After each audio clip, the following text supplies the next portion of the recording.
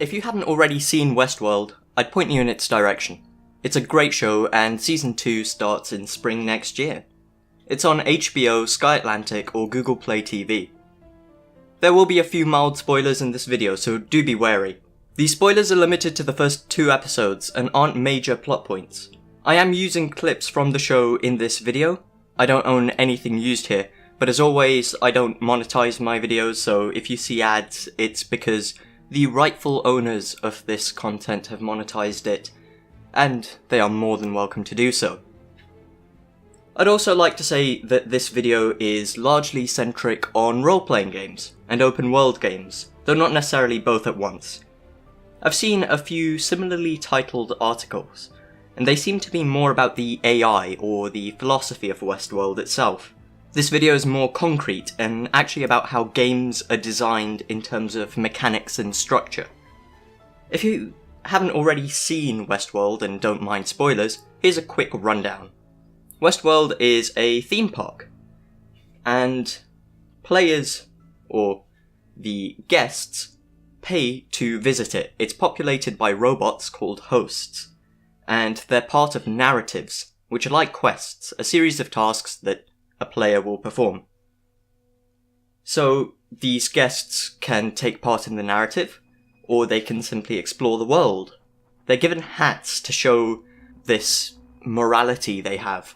So a white hat means a good guy, and a black hat means a bad guy. The guests are unrestricted by rules. Guests can't be killed, but hosts can. The hosts don't know that they're hosts, and when they're shown anything of the real world, something that can harm them, all they say is this: "Doesn't look like anything to me." So, without further ado, let's go on. Let's look at the park itself. This here is Sweetwater, where a guest is initially dropped in. Sweetwater's simple. Its narratives aren't complicated, and the guests can do anything here really. Any guest can, they're not really restricted by their skill. Let's go a little further out, and here we can see Pariah, where things get a little more complicated, and further out to the Ghost Nation, where matters are very dicey indeed. Morality starts to be questioned, the guests are required to be more sure of themselves and, more importantly, more sure of their own skill. So we can break it down like this. The park has the lower level quests closer to the centre, and the higher level quests further away from Sweetwater. As a guest gets better, they can venture further and further away on their own, away from civilization, putting them in riskier situations. If they don't want to, they can stay in the relative safety of Sweetwater. I'm going to use 4 open world games as comparisons here: The Witcher 3 Wild Hunt, Fallout New Vegas, Stalker Shadow of Chernobyl, and The Elder Scrolls V Skyrim. Scaling is when the enemies in a given area change level with the player, and their stats increase at the same rate as the players. In Skyrim, most, but not all, enemies scale. Some don't, for example the Dragonborn giants on Soulstime. But some enemies, such as the dragons, become increasingly powerful as you become powerful, so in theory, they're always challenging. This really isn't always the case, but there is some ground to this idea. Wild Hunt handles level scaling a little differently. All enemies, if they're a lower level to you, are increased to your level. But there will always be some variation, and you may get into a fight you can't handle at a slightly lower level.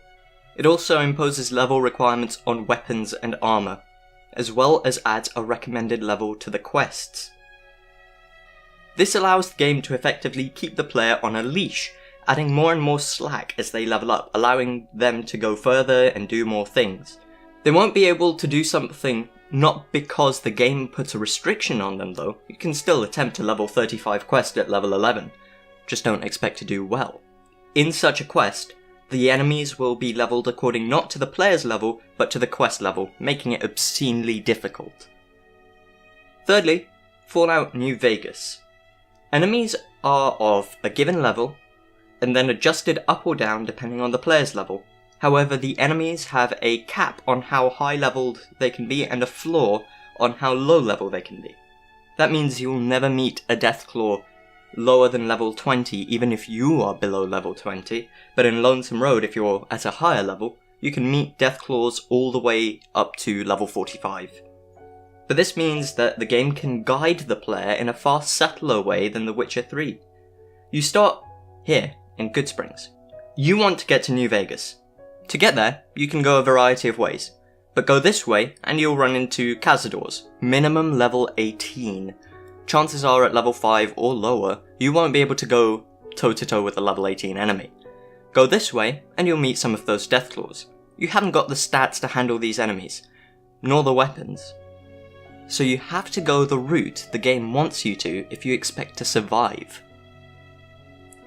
And lastly, what I think is the closest to Westworld, Stalker, where there's no level system whatsoever, and your ability to hurt something is dictated purely by whatever's in your hands at the time. Your progression is ordained by your equipment entirely. This encourages high-risk, high-reward situations, where if you manage to get a bandit's Kalashnikov by only using your 9mm pistol, you'll have a decent weapon all of a sudden. It's just that owning such a weapon puts the bandit at an advantage against you, so you're making a huge risk by taking him on. It's a gamble, but when it works, it's great. This is a far more exhilarating system, as everything boils down to the moment you choose to do something. Even if you have a weak weapon, you can still try and take a stronger enemy on, and if you succeed, you will be as strong as that enemy was. It's a great system to really persuade players to challenge themselves. Nothing is for you, nothing is against you. There's no numbers game, just the equipment. And this means you can, at any point in the game, do anything, in theory, as long as you're good enough at it. Westworld is the same as this. Let's look at this happy couple here, Craig and Laurie, and how they were witnesses to Hector Escaton's brilliantly soundtracked robbery in Sweetwater. And even though they're not skilled guests whatsoever, all it took to put down Hector was for Craig to do this. So here's what this tells us. Easy doesn't mean inconsequential. An easy quest doesn't mean an unimportant one. Everything the player does is important. Nothing should be held back from the player, and the opportunity should be limited by skill, not level. I'm not saying that the player should be completely let off that leash I mentioned in the Witcher 3 segment, which is an RPG where ideally combat is not dictated by the player's skill, but the character's skill. I'm saying that let them reel themselves in. It persuades the player to challenge themselves and to explore everything they can, but if they realise something's not working out, they can choose to give up. Next, the Black Hats and the White Hats. Their morality is decided by no one but themselves. Logan comes into Westworld seeking a pure, hedonistic out. Nothing but self-indulgence. He made that choice for himself. He has no qualms about doing something like this either. Putting a knife through a man's hand isn't the most ethical of actions. William, on the other hand, is the White Hat. The fact that the choice still exists to be a Black Hat makes the choice to be a White Hat even nobler. It's not something imposed on the player, it was a choice they made. If something is happening and the player chooses to engage with the event, it should be up to them how they're engaging with it. But what this exchange between Logan and the old man offering him a narrative to take part in tells us is that choosing to take part in something or not is a choice in itself, and choosing to go the good route or the bad route is another. The first one shouldn't just be ignored. That's a conscious decision the player made, to ignore a quest. There are consequences for that too. A good example of this is again Stalker. When you first enter the garbage, there is a bandit attack on a group, and you hear a radio distress signal. People, this is the commander of the neutral squad. We've kicked the bandits out of the derelict machinery scrapyard, expecting counterattack. We're low on numbers, so everyone's welcome to give us a helping hand. From Bez, asking you to help him fend them off. You can ignore the call for help, saving your own skin, though Bez and his group of stalkers will probably die. You can rush in and try to help, or you can see how the fight goes and pick off any surviving bandits.